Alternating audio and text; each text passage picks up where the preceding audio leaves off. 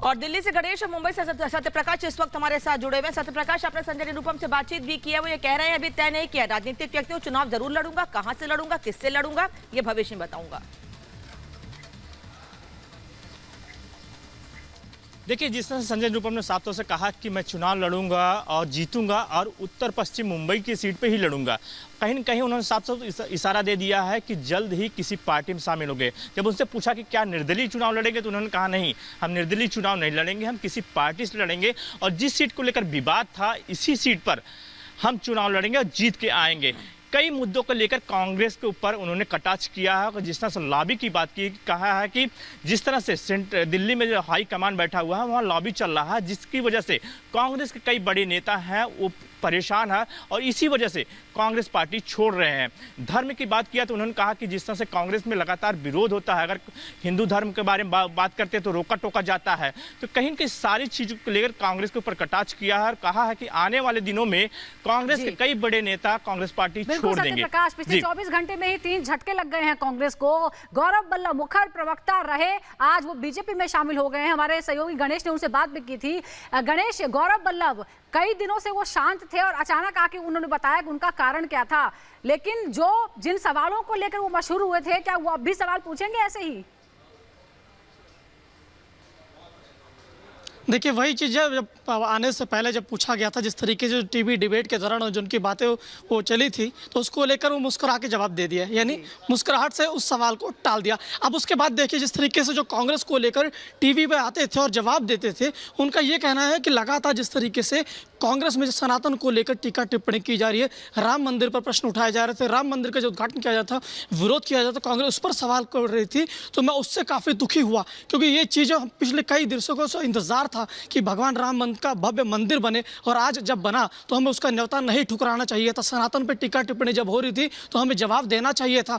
जब लोग चुप रहे तो मैं उससे आहत हुआ। जब राम मंदिर का न्योता ठुकराया तो उसके बाद उन्होंने कहा कि मैंने टीवी डिबेट्स में जाना छोड़ दिया, क्योंकि राम हमारे सभी के आराध्य है, हम राम पर एक तरीके से टीका टिप्पणी नहीं कर सकते। जिस तरीके से जो सनातन पर हमला किया जा रहा है वो बर्दाश्त से परे था। प्रधानमंत्री की नीति से प्रभावित हुए, जिस तरीके से प्रधानमंत्री कह रहे हैं विकसित भारत 2047, तो नीतियों का मैं विरोध नहीं कर सकता। नाराज होकर जो भी भारतीय जनता पार्टी में आ रहा है, गणेश यही कह रहा है कि वो प्रधानमंत्री की नीतियों से खुश होकर, प्रभावित होकर भारतीय जनता पार्टी में आ रहे हैं और कांग्रेस की हालत इस वक्त खंडहर जैसी हो गई है। ये बात भी, ये आरोप भी कांग्रेस के नेता जो बीजेपी में आ रहे हैं वो कह रहे हैं। वहीं केंद्रीय मंत्री स्मृति ईरानी के वार झेलना कांग्रेस नेताओं के बस की बात नहीं रह गया है।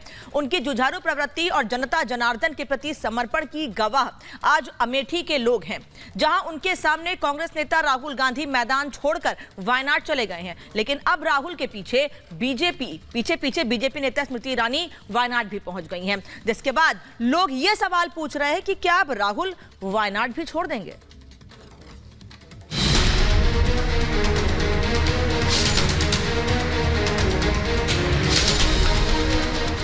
अमेठी में कांग्रेस का खेल बिगाड़ने के बाद अब स्मृति ईरानी वायनाड पहुंच गई हैं। वो राहुल गांधी के नामांकन भरने के महज 24 घंटे बाद वायनाड के मैदान में उतर गई हैं, जो सीधे तौर पर वायनाड में राहुल गांधी को चुनौती देता है। वायनाड में राहुल वर्सेस स्मृति। अब वायनाड में खेल बिगाड़ेंगी स्मृति। अमेठी छोड़कर केरल के वायनाड आए राहुल गांधी के लिए स्मृति ईरानी का वायनाड आना कितना मुश्किल पैदा कर सकता है, इसका अंदाजा इसी बात से लगाया जा सकता है कि केंद्रीय मंत्री स्मृति ईरानी साल 2019 में राहुल गांधी को उन्हीं के पारिवारिक सीट पर करारी शिकस्त देकर कांग्रेस का किला भेद चुकी हैं। कांग्रेस पार्टी के नामांकन रैली में मुस्लिम लीग के फ्लैग्स को छुपाना इस बात का संकेत है कि या तो राहुल गांधी मुस्लिम लीग के समर्थन से शर्मसार हैं, या फिर जब वो उत्तर भारत में आएंगे और मंदिर जाएंगे तब लोगों से उत्तर भारत में मुस्लिम लीग के साथ उनके गठबंधन को छुपा पाएंगे। जिसके बाद से गांधी परिवार का कोई भी सदस्य अमेठी सीट से लोकसभा चुनाव लड़ने की हिम्मत नहीं जुटा सका है। उस पर कांग्रेस नेता राहुल गांधी की दोहरी मुसीबत ये है कि बीजेपी प्रत्याशी के सुरेंद्रन के सपोर्ट में यहां आई स्मृति ईरानी से इतर सीपीआई ने भी वायनाड में उनके खिलाफ सीपीआई के महासचिव डी राजा की पत्नी एनी राजा को चुनावी मैदान में उतार दिया है।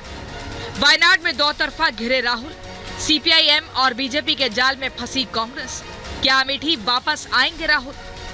वायनाड लोकसभा सीट पर दूसरे फेज में 26 अप्रैल को चुनाव होना है।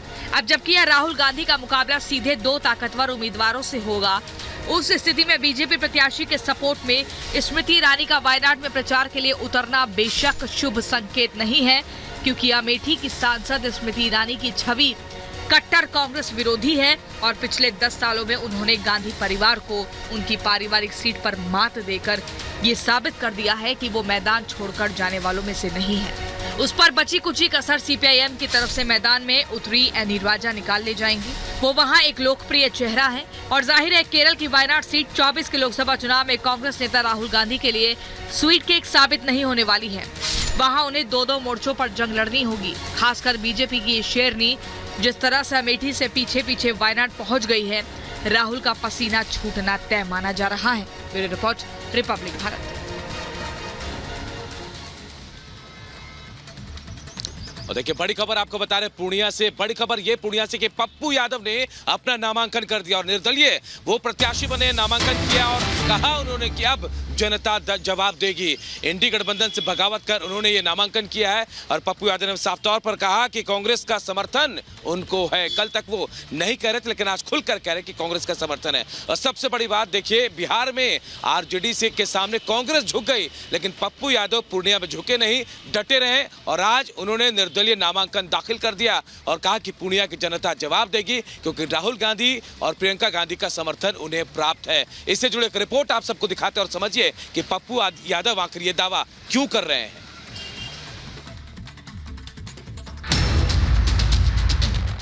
मैं टॉर्चर जरूर हुआ 14 दिनों में, लेकिन मैंने देश का दिल जीता।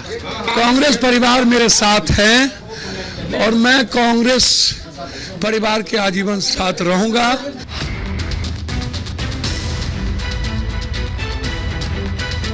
पूर्णिया से दूर होना मेरे लिए मौत के बराबर था। अब पूर्णिया से कोई अलग करना भी चाहता तो आत्महत्या ही होती मेरी।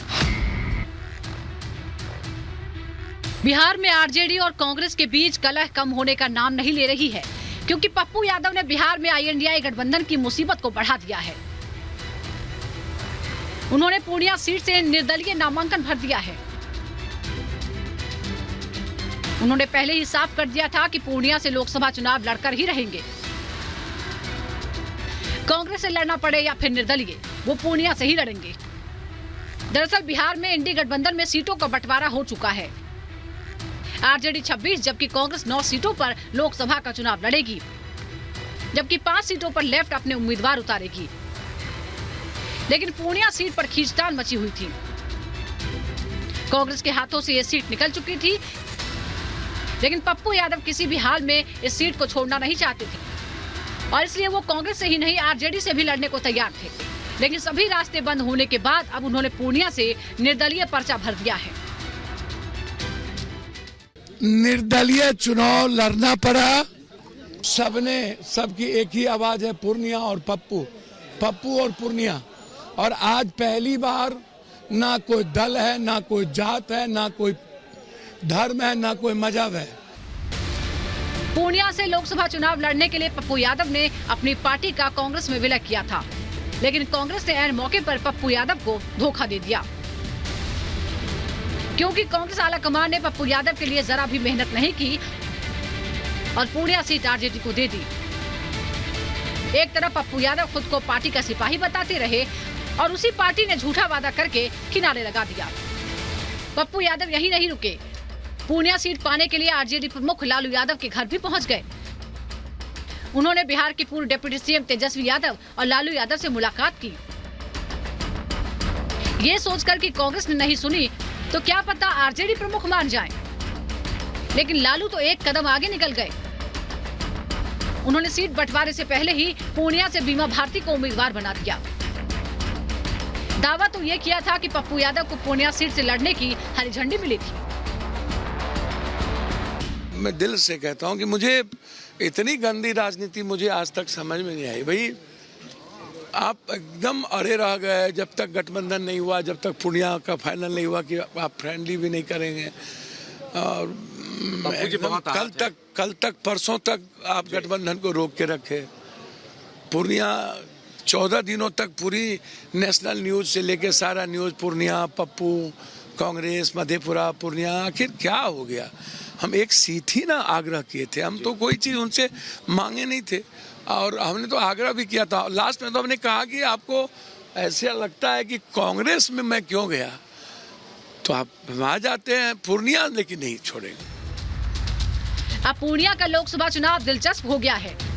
अब पूर्णिया का लोकसभा चुनाव दिलचस्प हो गया है क्योंकि आरजेडी की तरफ से बीमा भारती मैदान में है, तो वहीं पप्पू यादव ने निर्दलीय नामांकन भर के आरजेडी और कांग्रेस के साथ इंडी गठबंधन में भूचाल ला दिया है। अब देखना ये होगा कि पप्पू यादव के बगावती तेवर के बाद कांग्रेस और आरजेडी क्या रुख अपनाएंगे। Bureau report, Republic Bharat.